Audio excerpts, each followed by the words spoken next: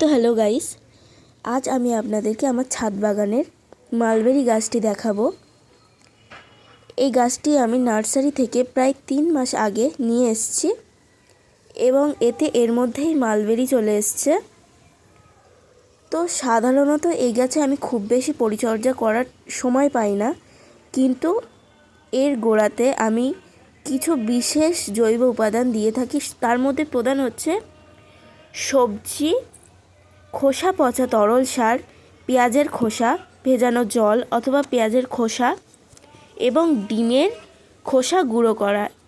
দেখুন, এতে বেশিরভাগটাই ডিমের খোসা এবং সবজির খোসা দেওয়া, যার ফলে এত সুন্দর রেজাল্ট আমি পাচ্ছি।